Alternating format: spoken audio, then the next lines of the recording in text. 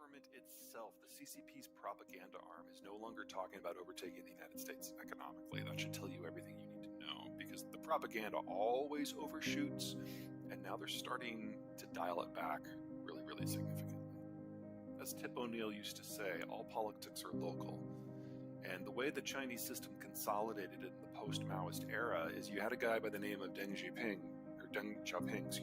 who picked who would rule China for the next 20 years. Two guys, Jiang Zemin and Hu Jintao. But he knew that he wasn't smart enough to see past 20 years. So he told those two factions that they then had to come up with a compromise candidate to succeed them. And that person is Xi Jinping, the current chairman. Xi spent the first years of his term doing a purge of anyone in the country who was a potential political opponent, and then spent the next 5 years of his term purging everyone from the system who was capable of independent thought to make sure there would never be a challenge at all. And now he sits atop the heap, but there's no one in the country who is intellectually capable of helping him, and no one in the bureaucracy wants to bring him news that might elicit an opinion because they don't know what's going to piss him off. So we're seeing a government breakdown from the inside at the very, very top, because all policy starts and stops with one person. And even if he was the smartest person in human history, he couldn't manage a system this large. But at the same time, you've got this dependence upon the United States for all things energy and food and manufacturing. So the solution for the last few years has been blatant nationalistic, narcissistic, lambasting propaganda in order to make sure that the population is fully on board with them. That works until it doesn't. And one of the things that we've seen in just the last few days is Xi has reassigned a guy by the name of Zhao Lining, who used to be the spokesperson for the Ministry of Foreign Affairs. He's the guy who popularized the term wolf warrior diplomacy, which is basically you throw everything in everyone's face all the time, blame everyone for everything, make up stuff on the cuff if it sounds good to make someone look bad. And he has been the forefront for the anti-American propaganda throughout the Chinese system for the last 3 years. Well, now he's been assigned to basically border neutral. It's difficult to come up with a more blatant downsizing of somebody's authority. So it is possible that Xi has realized just how deep the doo-doo is and is starting to dig out, but I'd argue that it's too late. One of the few things that the American political spectrum agrees on is that China needs to be taken down a few notches.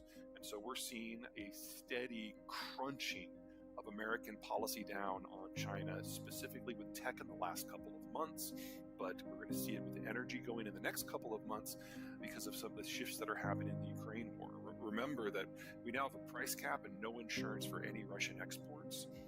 That means that stuff is going to fall off the market pretty soon because no one can insure the ships to make sure that they leave. That's probably going to cost the Chinese 2 to 3 million barrels a day of Russian crude.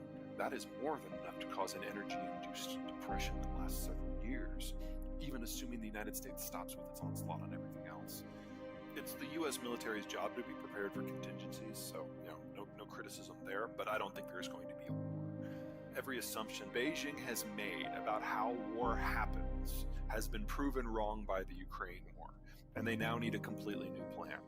It's possible that Xi has been so isolated for so long that he's forgotten a little bit about the basic position of China in international affairs, but I don't think so.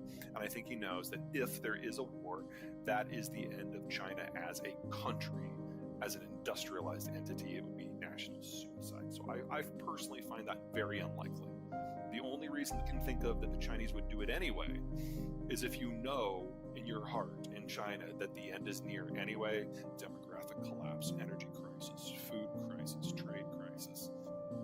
Then maybe there's something to be said for pulling the trigger, because at least then you get to write the narrative of what's next.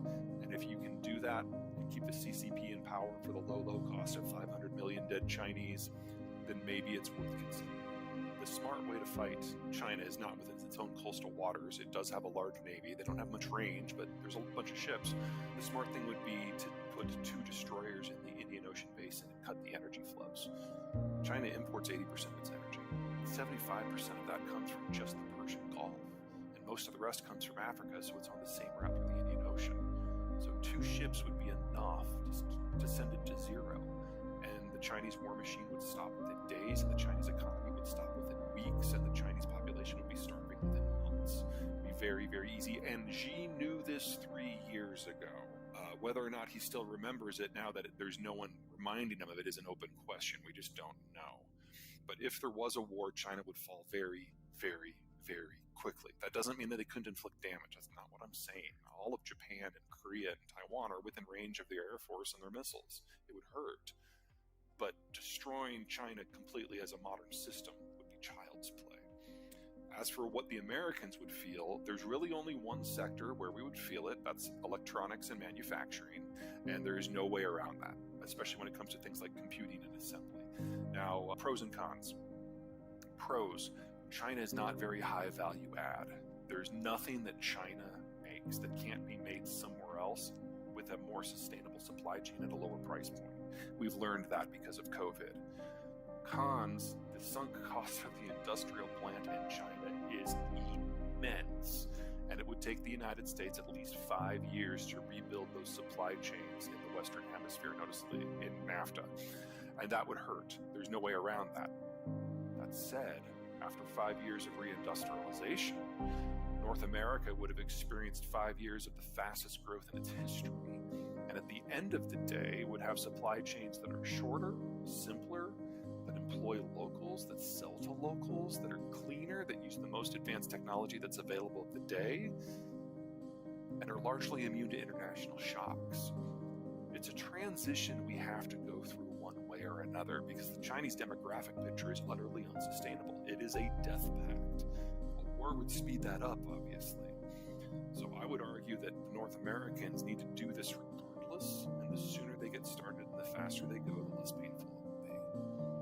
But one of the fun things about when you plan to, say, like take over Taiwan is you make certain assumptions about how things are going to go, and the Chinese have been making certain assumptions for 45 years, and the Russians have now proved all of them wrong. So for one, the Chinese thought this would be a fast war, and they looked forward to the Ukraine war being a template for Taiwan, and here we are dragged on a year later, and Russia's not doing great. And they always knew that the Taiwan war would be tougher than Ukraine because you can walk to Kiev, and the Ukrainians have only been preparing for 8 years. You gotta swim to Taipei, and the Taiwanese have been preparing for 45, so assumption 1 gone. Assumption 2, Russian weapons are great, so let's steal the IP and clone them and outfit our equipment. They spent 30 years and $3 trillion US doing that, and now they're having some very serious buyer's remorse. Assumption number 3, Russia is too important. No one will sanction it. Well, that went out the window. And say what you will about the Russian economy, it's corrupt, it's inefficient, but wow, is it a massive producer of energy and foodstuffs. China's the world's largest importer of both. Hell, they import 80% of the inputs that allow them to grow their own food. You take the sanctions that are on Russia, you put them on China, you get a deindustrialization collapse complete with a famine that kills 500 million people within a year. So every assumption the Chinese have made, Putin has proven wrong. And the Chinese are not happy about that because it now means they have to start completely over, but now they're in a one-man dictatorship and there's no one left to come up with a plan B.